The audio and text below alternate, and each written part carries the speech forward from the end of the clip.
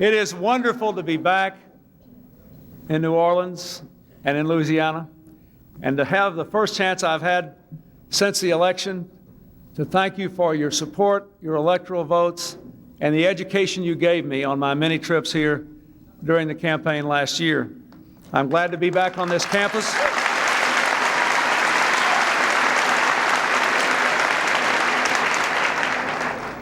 I want to thank your student body president, Robert Styron. I thought he gave a good speech. I think he's got a future in politics, don't you?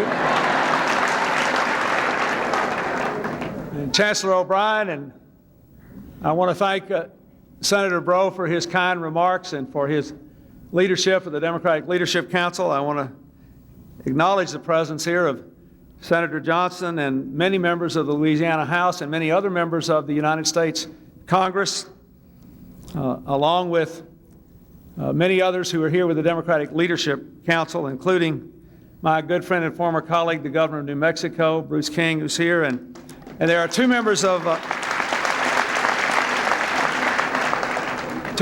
my cabinet here, the Secretary of Education, Dick Riley, and the Secretary of Agriculture, Mike Espy, also a DLC Vice Chair.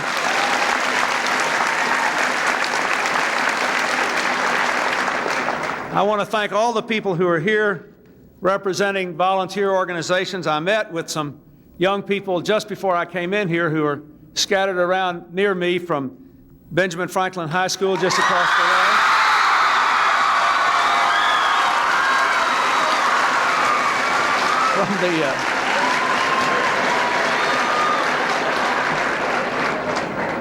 Absolutely no enthusiasm in that place. From the Delta Service Corps,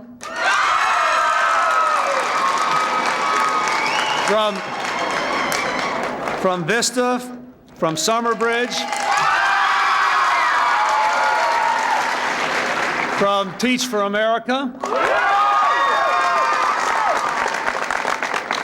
We also have some students here, apart from all of you from UNO, we have some students here who've worked in service projects at Xavier University and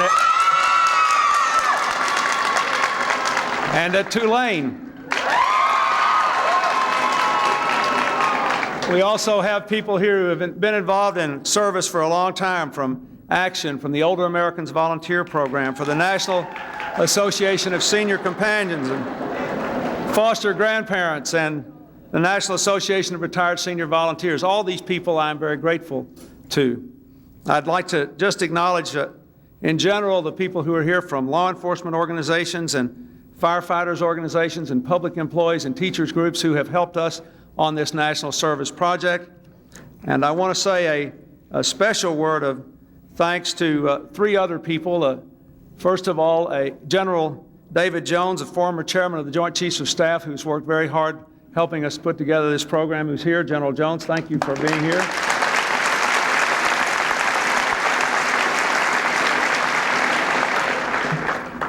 Secondly, a remarkable gentleman from New Jersey, an immensely successful businessman who retired early and is devoting his entire life to community service, to rebuild the lives and the neighborhoods of the people in his community in New Jersey, and now helping others around the country, a founding member of the Points of Light Foundation, Mr. Ray Chambers, who's here.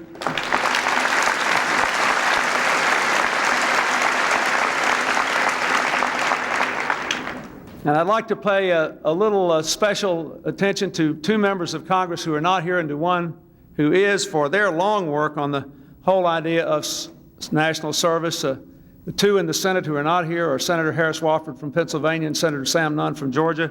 And then Representative Dave McCurdy from Oklahoma. Thank you for all the work you've done on this over the years.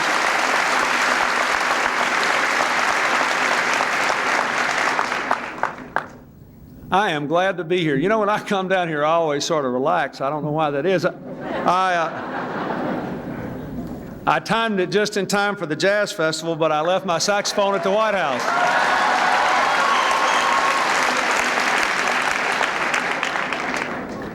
This is the 100th day of my administration.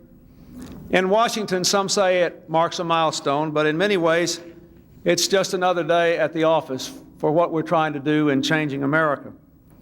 In the last 99 days, we have worked relentlessly to address the pressing and long-ignored needs of the American people.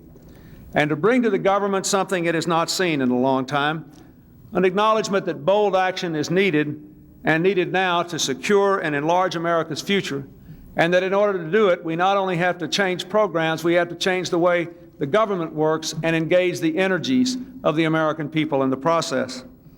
In the last 100 days, I think we have begun to change the direction in which our country has been going for a long time, and to go toward a new direction, more like the one the American people demanded last November.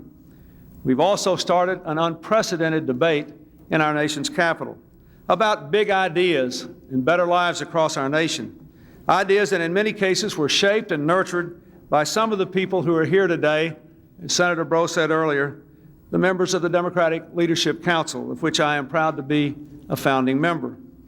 The DLC has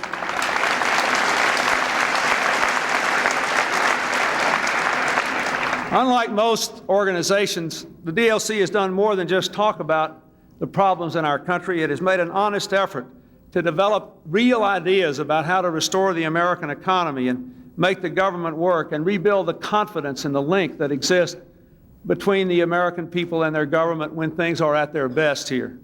And it's been a laboratory for experimentation and solutions. During my years with the DLC, we really tried to refine our philosophy of what it would mean to take not only the Democratic Party but the United States of America in a new direction, to make our country work again and to reward work and family, to encourage education and enterprise, to establish what I have often called a new covenant with the American people, creating opportunity but demanding responsibility from all, so that once again we could be a true American community where we know and believe and live as if we're all in this together.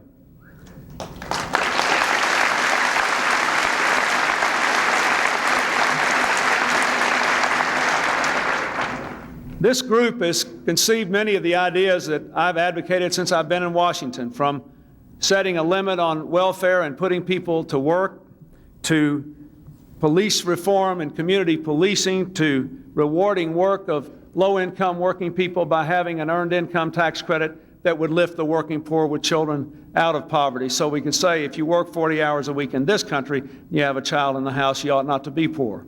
These are the kinds of things that this organization has done.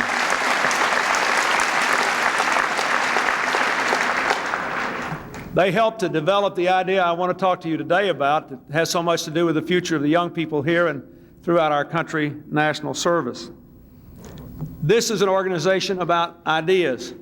Now in Washington, as you might imagine, we don't always agree with one another, and that is good. That's why we've got a system where the government's divided up and we have two parties and we have people fighting all the time, as long as it's about ideas. But too often we've seen that the debate over big ideas gets mired in petty politics. I know one thing, the American people are tired of gridlock and petty politics. If we're going to fight, they want us to fight over ideas and the future of this country.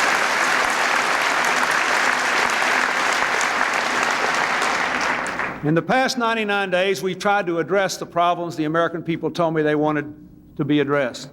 We focused more than anything else on the economy, passing the outline of a budget that will reduce the deficit by more than $500 billion, increase investment in education and technologies and the things that will create the economy of the 21st century that all of you need so that you'll have good and decent jobs and a decent future, laying the groundwork for a more prosperous tomorrow.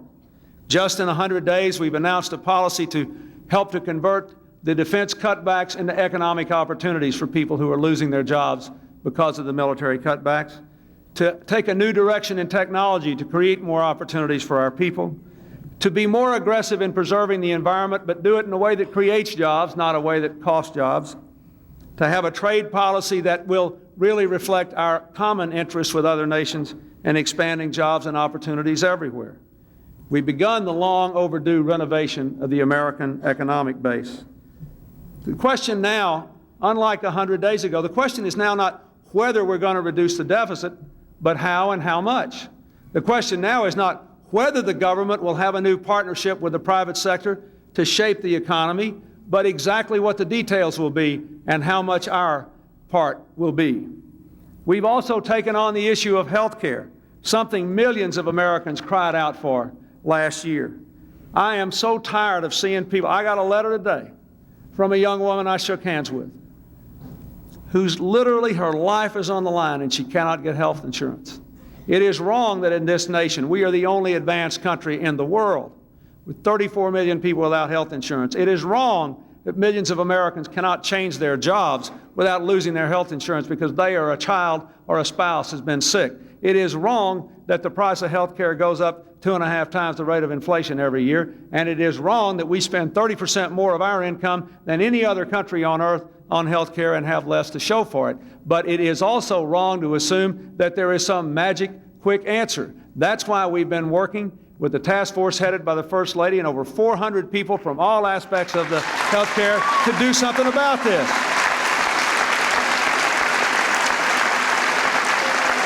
But now, for the American people, the issue is no longer whether we're going to address the health care crisis, whether we're going to provide security to hardworking middle-class Americans, whether we're going to cover the people who aren't covered, whether we're going to control costs, but how are we going to do it and how fast? And when are we going to begin? I hope the answer is soon, and not too soon is soon enough for me.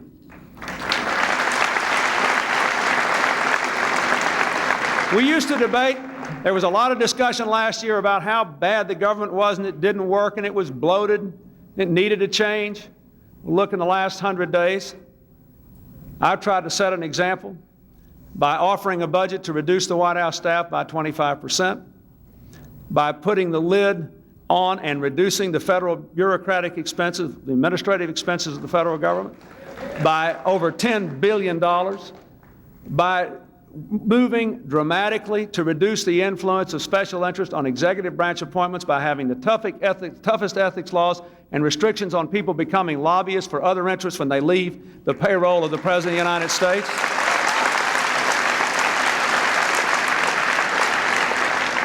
By asking the Vice President to share the most sweeping review of the way the federal government works in a generation with the promise of real reform and reinventing government, something else this organization has long believed in. We are moving, and the Congress is moving to join. The Congress has voted to cut the administrative cost of running the Congress, something many of you never thought you would see happen. They did that. The Congress, the House of Representatives, voted yesterday to give the President of the United States a modified line item veto, and I hope the Senate will follow their lead.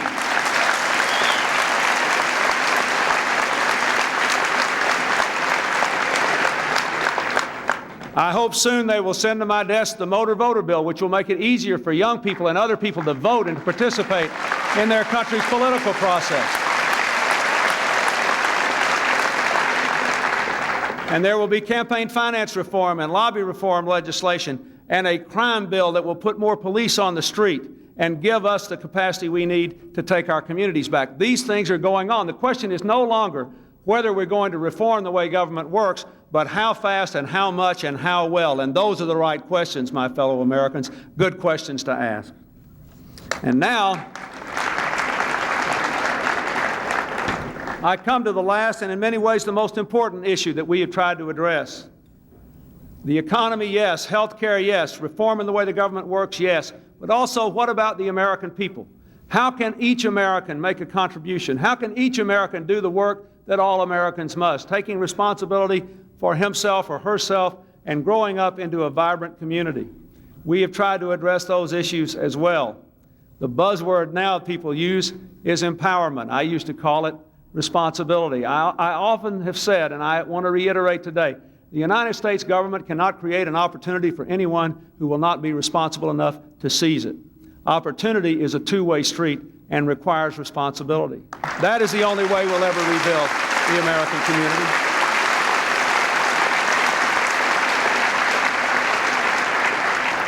In the days and months ahead, you will see the Secretary of Education talk about his remarkable education program to provide tougher national standards in education, but also to give people at the grassroots level more flexibility in making public education work. You will see the Secretary of Agriculture and the Secretary of Housing and Urban Development talk about how we can empower even the poorest Americans to start their own businesses, save their own money, and take control of their own future. You will see other people talking about how we can reform the welfare system. All of these things are at the core of the notion that we ought to make it possible for every American to live up to the fullest of his or her God-given ability. And that is what, in the end, national service is all about, helping ourselves and helping each other at the same time. On this 100th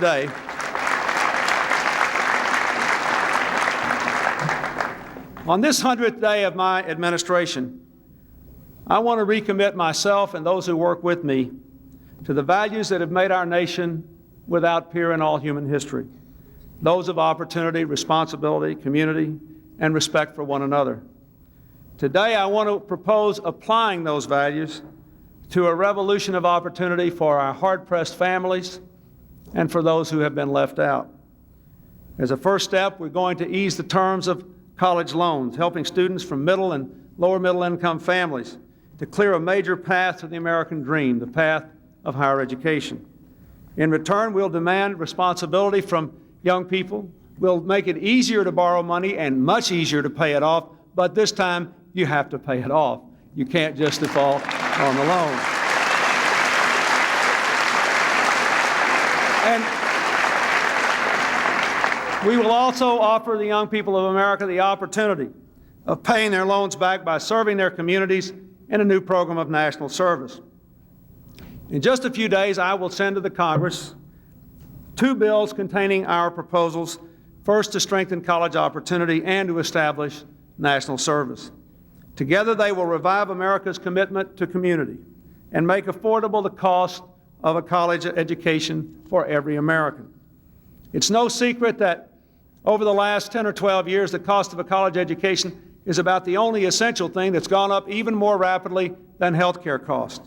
And middle-class parents and even upper-middle-class parents, not to mention lower-income people, have borne the burden. Paying now about 5% of median income just to put one child through a 4-year in-state public college.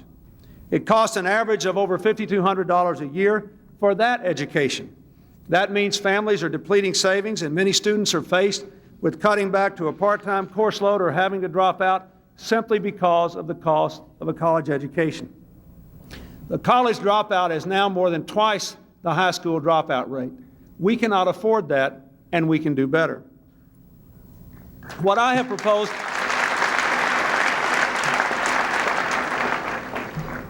I propose a new way to finance college for millions of students who seek loans every year. We call it an Excel account. With it, students can repay the loans they take out, not with a percentage of the loan they borrowed, but with a percentage of their actual earnings. Now, think about that. For students driven by debt into careers with high pay and low satisfaction, this can be very liberating. Take a student torn, for example, between pursuing a career in teaching and corporate law.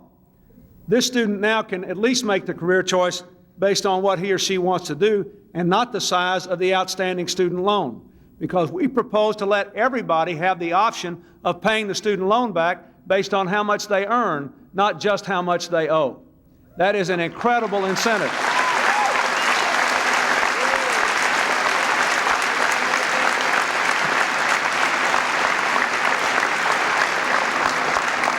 However, under the current system, as many of you know, students faced with big bills or just inconvenient responsibilities have too often taken the irresponsible route and defaulted on their loans, or have been found in default because they couldn't find a job.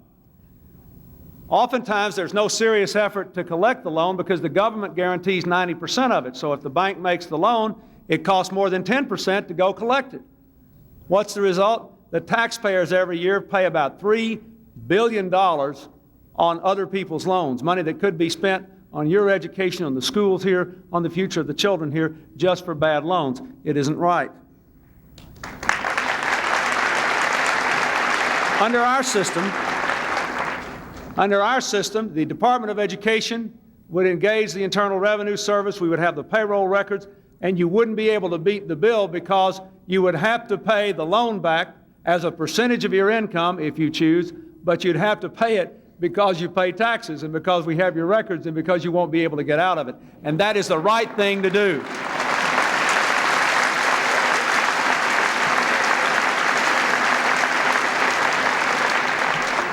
But these Excel accounts are just the beginning. We hope they will lead more and more Americans not only to seize the opportunity of a college education and to exert a stronger sense of responsibility, but also to seek to serve their communities through a program of national service.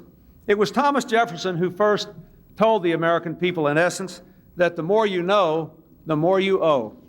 In his words, and I quote, "A debt of service is due from every man to his country, proportioned to the bounties which nature and fortune have measured to him."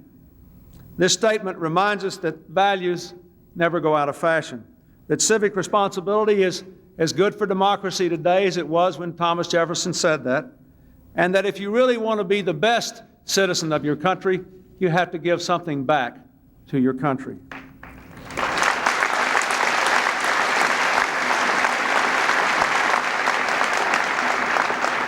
With national service, we can literally open a new world to a new generation of Americans where higher learning goes hand in hand with the higher purpose of addressing our unmet needs, our educational, our social, our environmental needs, to secure the future that we all will share.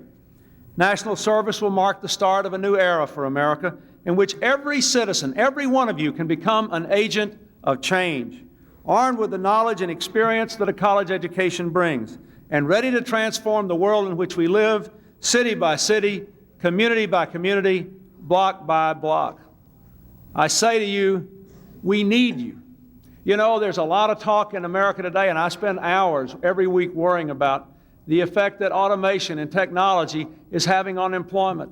Indeed, as we see the productivity of American enterprises rise, their need for workers goes down because they can do more with computers than they used to do with people. So people ask me all the time, where will we find the jobs for this new generation of Americans? How can we drive this unemployment rate down? But if you look around this country at all the human problems, all the homeless people, all the environmental waste dumps in our cities and our rural areas, all the problems that we've got in every community in America, and you see all the kids that are in trouble, 15 million of them at risk and needing somebody to pay attention to, you know where the work needs to be.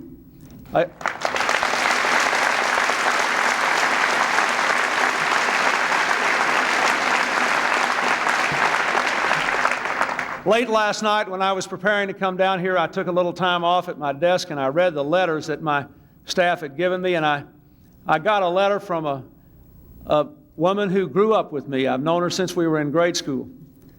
And she said in this letter, she said, you know, someone asked me a couple of days ago, how are we going to save all these kids in this country that are in trouble? And she said, without even thinking, I blurted out, the same way we lost them, one at a time.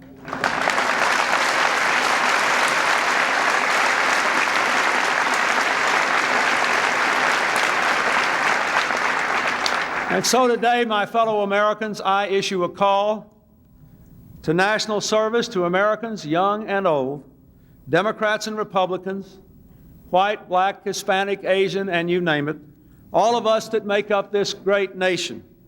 I call you to national service because it is only that together we can advance a tradition rooted in our people's history, helping our people to help themselves. And with national service, we can rejoin the citizens and communities of this country, bonding each to the other with the glue of common purpose and real patriotism. We have many young people here today, students of this place of higher learning where we're gathered. In you, I know I see the builders of tomorrow. And I say to you, as good as the education is here, and at the other great institutions represented here today, and all across America, the power of academic learning is incomplete unless every American can share in it. That is the only way we can lift our whole country up.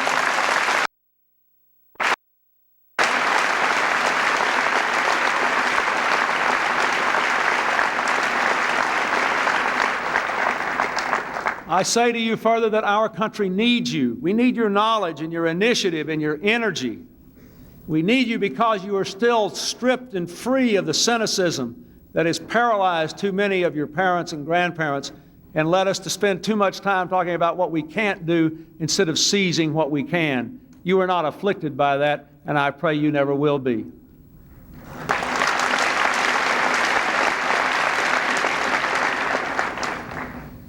We need to make sure that we can use your energies and your talents. One way is by making sure that the low wages that public service often offers won't be a route to the poorhouse for someone with college loans. As I said, we're going to make it easier for you to pay off your college loan, but also if you engage in national service, we'll make it easier for you to pay off a college debt or to earn credits toward it before you go to college or while you're in college. For each term of service, 1 or 2 years, participants in national service programs will receive benefits that can be used toward past, present, or future obligations, whether for college or advanced job training. You can get a college education, and in addition, through service, perhaps the best experience of your life. That's a pretty good investment. I've talked a lot about the students here, and they do play a large part in this plan, but they're not alone. Here in New Orleans, many of you already know what it means to make a difference in your community because you've just been doing that for a long time. And I'm very proud. As I said, I'm going to get another cheer about this, but one of the models that I had a little something to do with is the Delta Service Corps, and I appreciate what they're doing.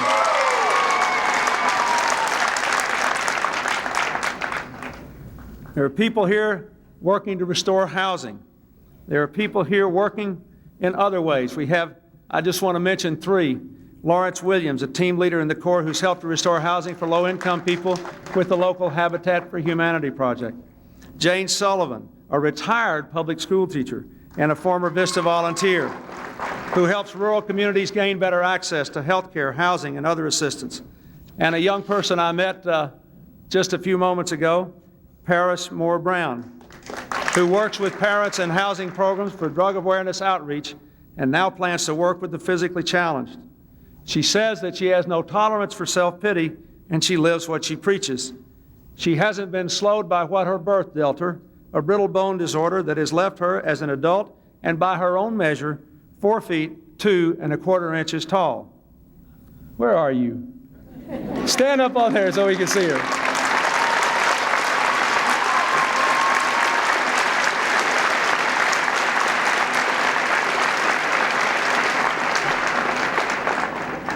Well, after my meeting with her and the other young people today, I'd say she stands about 10 feet tall in America today.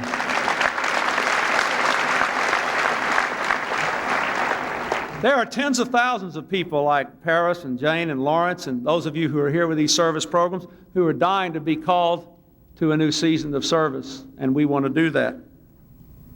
Another part of our plan is to build on the National and Community Service Act that was passed in 1990 and the already flourishing programs that are started and up and going in every state in this country. National service is not going to be a federal bureaucracy. It's going to operate at the grassroots with the real problems of real people and with the programs that work today. It will be locally driven because I trust the communities in this country to make decisions for themselves.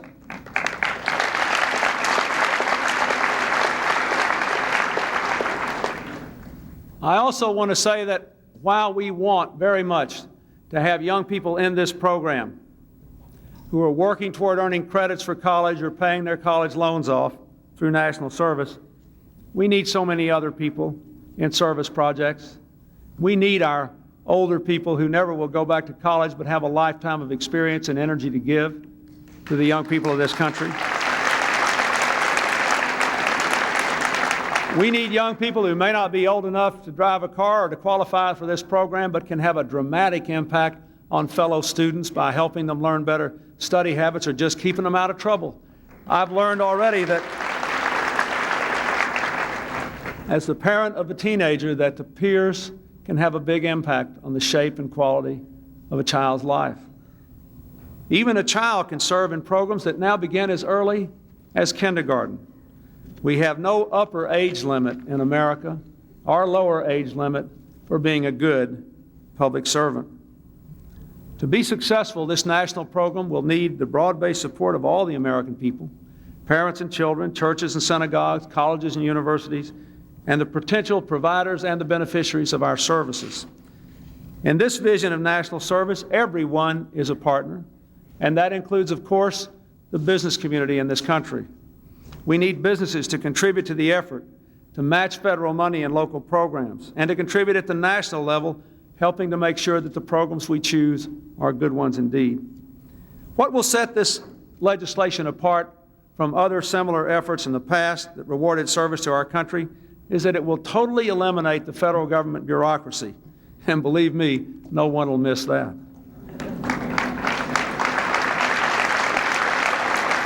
We're going to set up a national service corporation that will run like a big venture capital outfit, not like a bureaucracy.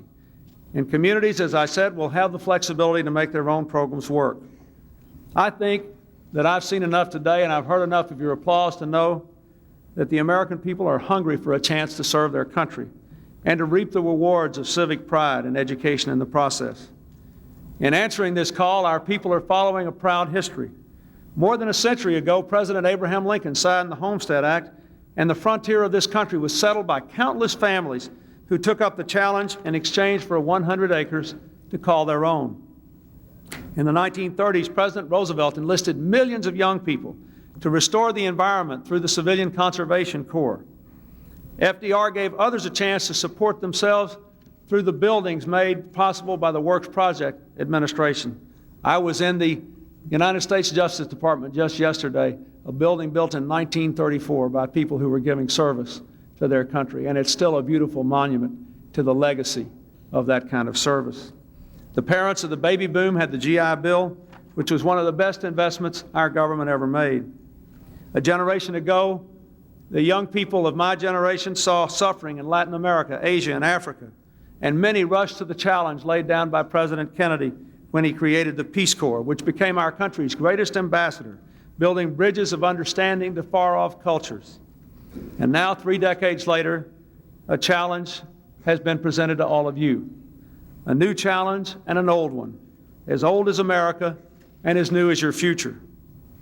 A year ago, when the Democratic Leadership Council met in New Orleans, I asked them the following question. I said, I want you to think about what kind of citizens you're going to be, what kind of life you intend to live, what kind of community you were determined to create.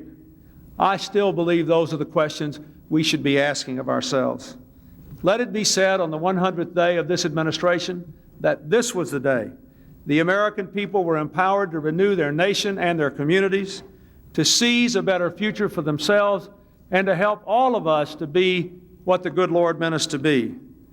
As long as we labor in the noblest cause of all, that of helping our fellow citizens and ourselves to become what we ought to be, this country will be all right. Thank you very much, and God bless you all.